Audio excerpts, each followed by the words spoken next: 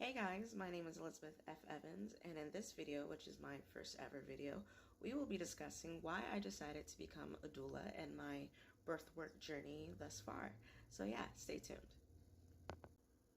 What inspired me to become a doula? I actually started pretty early on in my life. When I was about 4, my mom became pregnant and then completely immersed me in anything that had to do with pregnancy and birth. And one of our favorite TV shows to watch at the time, I think it was on TLC Health, and it was a baby story and one born every minute. And I completely just fell in love with all the lights, camera, and action, so to speak, of birth. And that actually really helped to set me on this path of birth work. Now, when I was 13, I watched a documentary on Netflix. It was narrated and produced by Ricky Lake, and it was called The Business of Being Born. And in that documentary, it focused on the history of gynecology and midwifery in America and sort of the decline and increase of disparities and complications because of the medicalization and industrialization of birth and pregnancy shortly afterwards. And seeing all of that and realizing, like, oh my God, we're all drinking the Kool-Aid. How are we thinking this is okay and normal? That really helped to, I just say, like, push me in the forefront of birth work. So I made up my mind at 13 I was going to become a nurse midwife. And I actively pursued that passion and career choice for the next 8 years. Then when I was 18, I actually got into an abusive relationship. So I put a year of my life on hold to kind of deal with the repercussions and downward spiral and effects of that. And because of taking that year off, getting back into the groove of going to nursing school and all that, it was too much and too stressful. And in the state of North Carolina, and actually in many states, being just a midwife is illegal. So I realized the midwifery career might be a while before I got to pursue that. And so I started researching other options and avenues and came across what a doula is. And I've pretty much always known what a doula was, but it wasn't really talked about that much, and there wasn't really, as there is now, a lot of mainstream information regarding doula work. So I started looking into it more and went, this kind of seems to be up more my avenue, especially with what I had recently went through with domestic violence. So I was very aware and in tune at the time with trauma and how a lot of us, especially women, go through some initiation of trauma within coming of age, and seeing how that played out and affected me and how that played out and affected other women and other women who were pregnant or just became a mother or had been a mother recently for some time. Seeing how trauma really just shaped and molded what womanhood is and what motherhood is. That really motivated me to kind of be a change in that process, hopefully. So I became really interested in birth advocacy and reproductive rights advocacy and education. And so that's what had really inspired me to become a doula. Now, like a lot of young people, I didn't have the $2,000 to $3,000 up front to pay for training. So I've spent, I'd say, about a year trying to figure out, well, I'll just work and save here and there whenever I can. And yeah, that didn't really work out too good. So in March, middle of March, I believe it was, right about the time the pandemic in North Carolina really started to take off, there was a event notification on Facebook events for a postpartum doula training at a local community college. So I went, that seems awfully convenient. And then when you clicked on the info, it was actually priced, I think, for $1,000 or close to 1,000. So it was a lot cheaper and very discounted, considering the usual prices for doula training. So still was very skeptical and hesitant about being able to come up with the money. So I kind of accepted I wouldn't go to that exact training.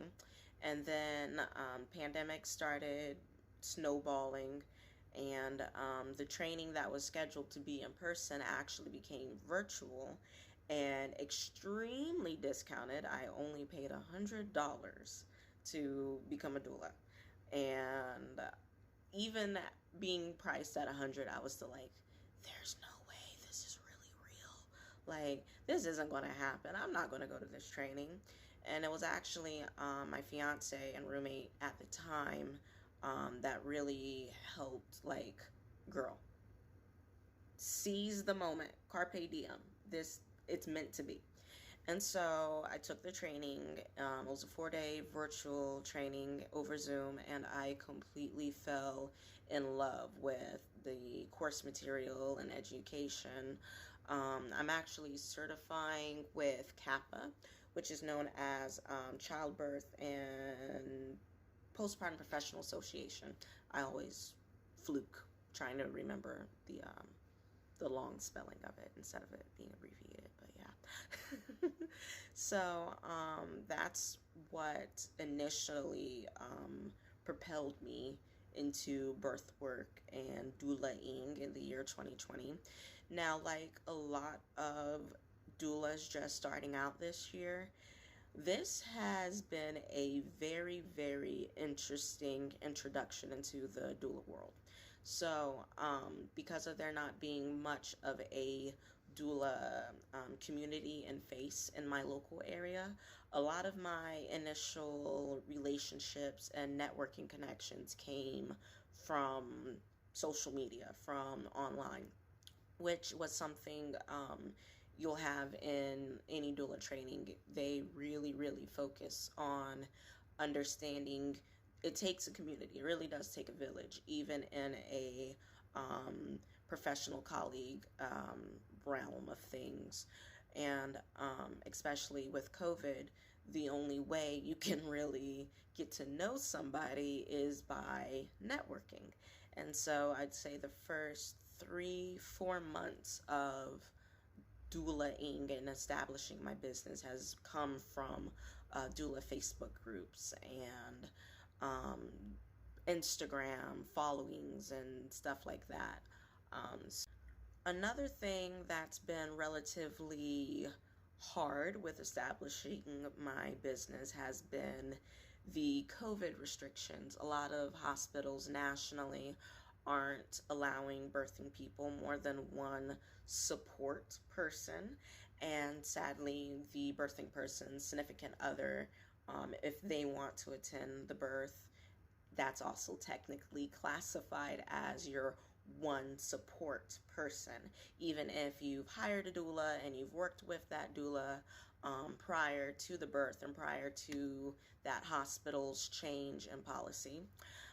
Some hospitals now, over the last 2 to 3 months, have finally started understanding this is a little bit of a inhumane treatment of somebody and their most monumental experience in life and experience with their family. So a lot of hospitals now are starting to allow doulas in, but you still have hospitals doing a lot of stipulations and, okay, we'll do this, but you have to do that. So there's 2 hospital systems about 2 or 3 hours away from where I'm locally based. They're called Vidant and Novant Health, and they both have policies saying that doulas are classified as a vendor, and you have to go through a lot of paperwork to become accepted into the hospital with COVID. So a lot of the vendors' requirements and stipulations are going through a background check, a drug test, and a record of all of your vaccinations, including your most recent flu vaccine And now, since we're going through rounds of the COVID vaccine, some hospitals are now requiring doulas to have that vaccine prior to entering the hospital.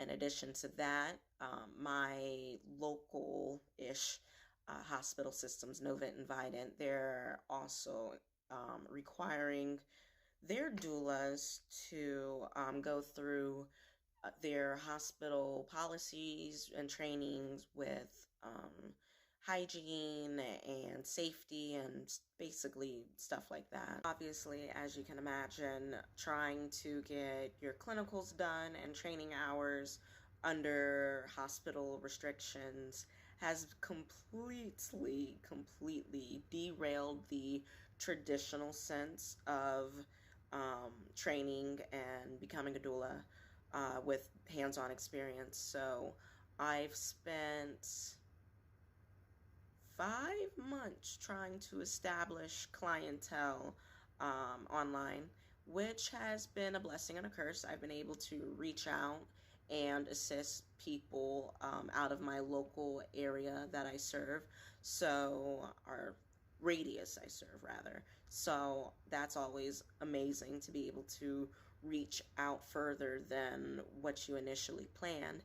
However, it's also made really hard the process of trying to become certified and established, because I've completed basically all the other requirements necessary for me to obtain my cert, other than the 20-hour per 3 people experience I'm supposed to be able to document and give forth to get my cert. So that's really put a damper in things. And because of certifying as a postpartum doula and not as a birth doula, or some organizations give you a cert for birth and postpartum doula work, it's made me have to become a self-taught birth doula to try and establish that postpartum connection and window of opportunity to give service and give help in order to obtain my cert.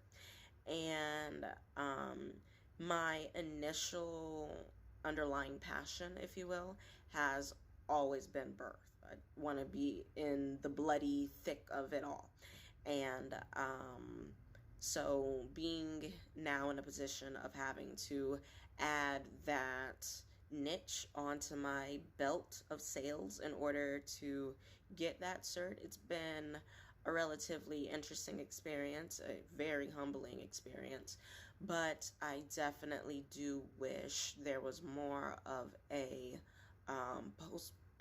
postpartum market and postpartum avenue that would be easier navigated if there weren't so many restrictions and stipulations in place.